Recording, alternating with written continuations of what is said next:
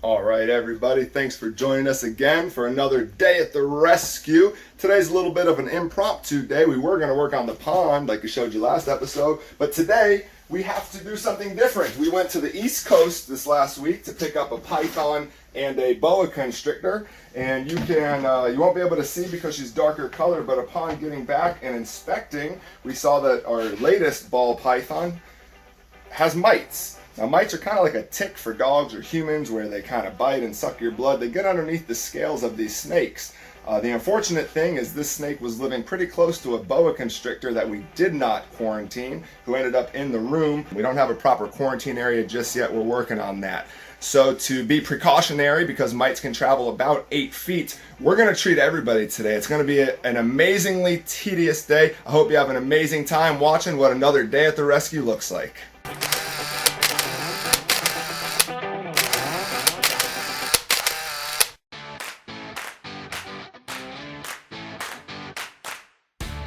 My name is Adam Pottruck. With my bachelor's degree in environmental studies, over a decade in environmental education, and a lifetime love of all wildlife, my passion turned profession when I began an exotic animal rescue here in Southwest Florida. By educating the public with up-close and personal animal encounters, our mission is to inspire people of all ages to respect, protect, and conserve our wildlife and the world we all share. Welcome to Adam's Animal Encounters.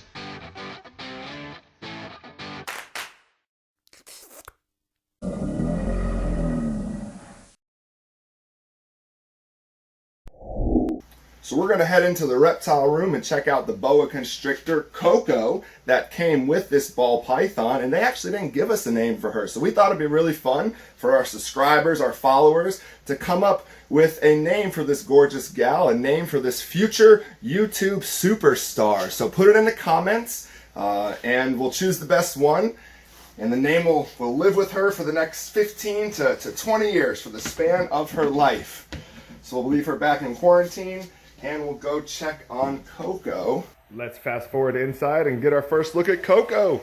You can see her lower jaw looks abnormal, and that's because in addition to the mites she likely has, she also has mouth rot. Basically, improper husbandry compromised her immune system, didn't allow Coco to regulate normal mouth bacteria, and this infection bloomed. She'll get some antibiotics and mouth cleaning, should be good. Worst cases we've seen need surgery, and some can actually kill your animal if untreated. Just like mites, if untreated, can kill your animal. So let's start demiting the enclosures closest in proximity to Coco and these ball pythons, our Asian vine snake, and of course, our newest red-tailed boa constrictor, our newest rescue, Coco. Here's our little Hermanns tortoise, Olive. She's going to get an enclosure upgrade pretty soon, get a much bigger space. And not to worry, because she does get outside very often, at least every other day, for some fresh sunlight. And Coco, our boa.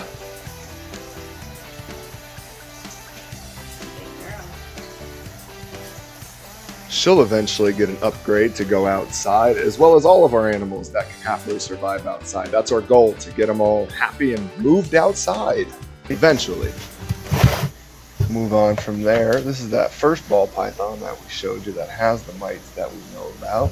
Remember, this one doesn't have a name, so as we start to treat her, think about a nice name. Gotta spray her down, make sure it's not dripping off of them, things like that. So we got a few more snakes to go to. Let's see if I can figure out a way to kind of cut it and move on to the next one. Now, we quarantined Ruby here a couple weeks ago. We saw a single mite on that cute little head right there, and quarantined her. Haven't seen a single one since. She's doing all right, so we're going to just treat her a little bit and make sure that she's doing well. Here's Chiquita. Oh, she's stargazing. Our little banana morph ball python, because she's not so dark, should be easier to see them if she has any on her. It's always worth checking underneath the head. Come on. Let me see it. Checking underneath the head. They like to go under those chin scales. She looks pretty good. We'll check the rest of her body. Check her enclosure. Bozo we'll check outside too. And move on to the next snake. This is Cameroon. You can tell by his eyes. He's about to shed. He's growing. He's doing real well for us. Gonna get him cleaned off, get his enclosure all fixed up. You can tell those cloudy eyes are not black. That's why we know he's gonna shed soon.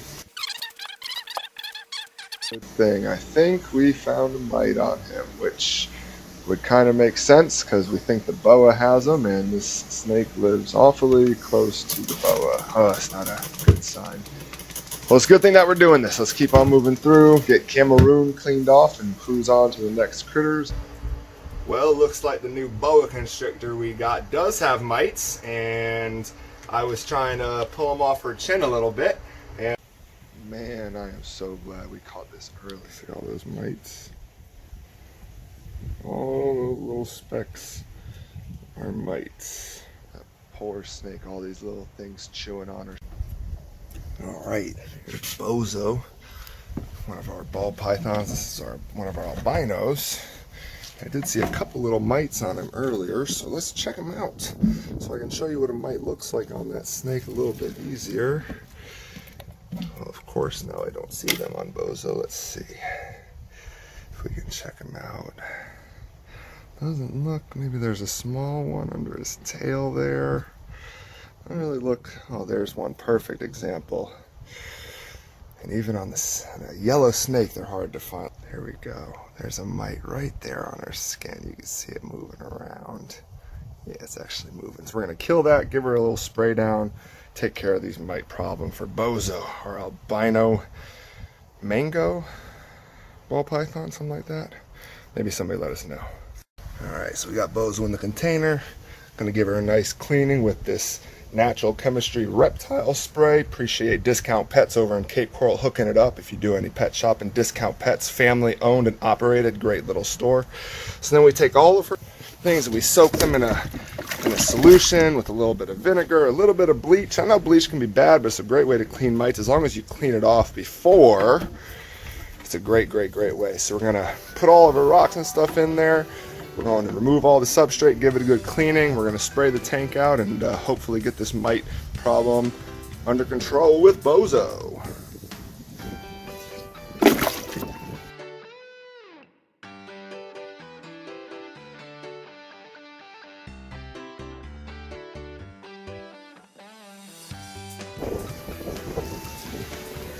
There was supposed to be a drying portion of that time lapse, but as you can see, it doesn't look like the weather's going to let us stay outside too much longer.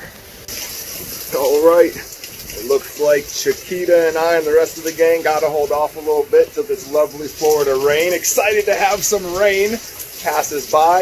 Let's hop into the animal room, feed a few insect eaters, some geckos, bearded dragons, maybe feed some tortoises, some fruits and veggies, and then we'll get back to some more cleaning.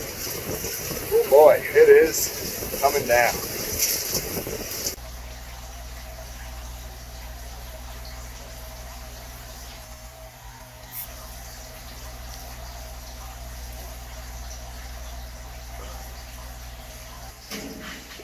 I think that is so cool.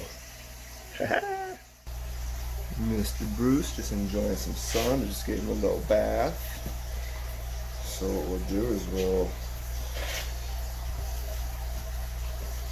put his food tray in. Let's move him a little bit out of the way. Come on over. We love Mr. Bruce. Yes, he's a good boy. Let's move that. No food yet. Like we said, we're going to target train Bruce. We're going to give him a banana today. Show you guys from the first video that he actually likes them.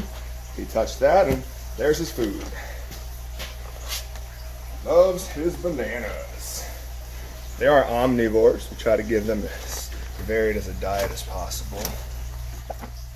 He gets a variety of fruits such as bananas, and berries, and some different melons, and he loves them. And he gets different vegetables, at least offered to him. He doesn't always prefer them or even eat them, but he does love his meat. He eats rodents, he eats fish, shrimp, ground chicken, chicken parts, chicken organs, a variety of different meats he'll choose to eat, but you gotta let him at least try them out. So handsome.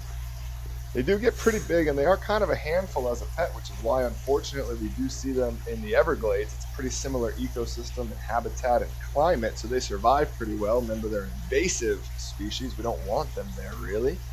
But they do pretty well out there in the Florida Everglades, and they're surviving. They're actually moving north because they're one of the only reptiles that are actually known to regulate their body temperature to an extent. During the breeding season, they've been shown to actually raise the temperature of their nest by almost 10 degrees Celsius. Very impressive. Man, I love that lizard, Mr. Bruce. It's quite the success story if you remember. Yeah, he's trying to jump up and grab us. Remember, he had that real nasty cut in his belly if you followed us back in the day, and he's all healed up. He's got his substrate now. He's eating multiple days a week, and he's probably one of my favorites. Don't tell any of the others though.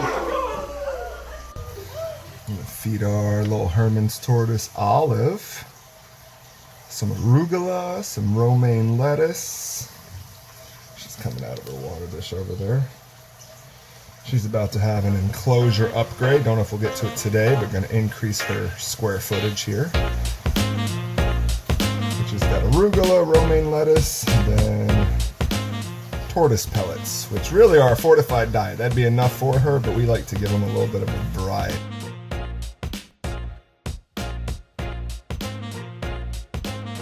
She'll get half a dozen to a dozen varieties of different greens on top of those pellets each week, and we try to change it up week to week as much as possible.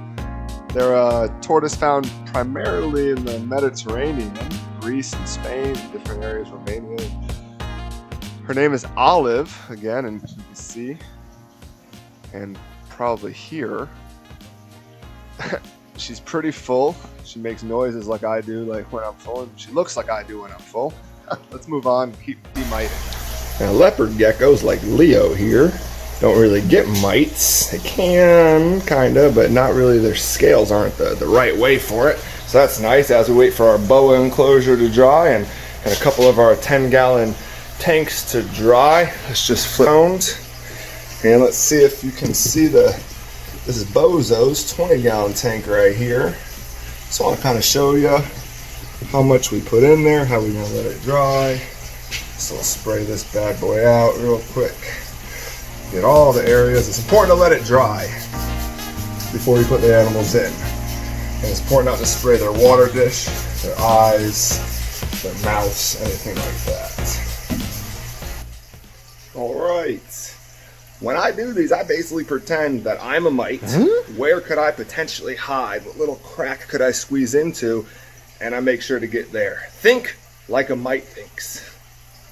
Now, thinking like a mite thinks, we checked out Captain Jack, our red rat snake, our one-eyed red rat snake, and he's looking pretty good, but he might have mites, no pun intended. So we're still going to treat him like he does, take care of him a little bit. He's a pretty amazing snake. We worked with him a lot, pretty friendly now, considering when we first had him surrendered to us, he would bite the glass of the tank when we walked by. So he'll probably be the last one we treat today and move on to the next day after him. All right, so it looks like we got about half of the enclosures done. These two ball pythons, more ball pythons, boa constrictor, blood python, another ball python. Let's move to the other side. Let's swap the camera around. Our other Colombian red-tailed boa constrictors cleaned out. Our corn snake, Captain Jack, you can see him hanging out in the bin right there. We didn't get to our beardies yet. You can see they're hanging out. We're gonna swap them out.